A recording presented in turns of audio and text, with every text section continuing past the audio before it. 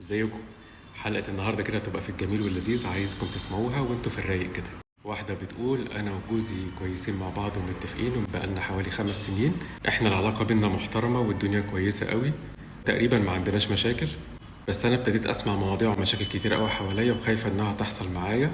فبصراحة ابتديت أزن عليه في شوية حاجات وأحاول أتابعه. أنا خايفة إن هو يضيع مني، إنه بقى بيشتكي إن مفيش مساحة شخصية ليه.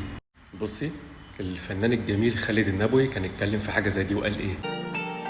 انه يبقى في مساحه، مش علشان حبينا بعض امتلكتك او امتلكتك ويفضل لكل شخص كيانه، مع انه هذا الفريق له كيان، بس كمان كل شخص له كيانه. احلى يحب احدكم الاخر على الا يتحول الحب قيدا.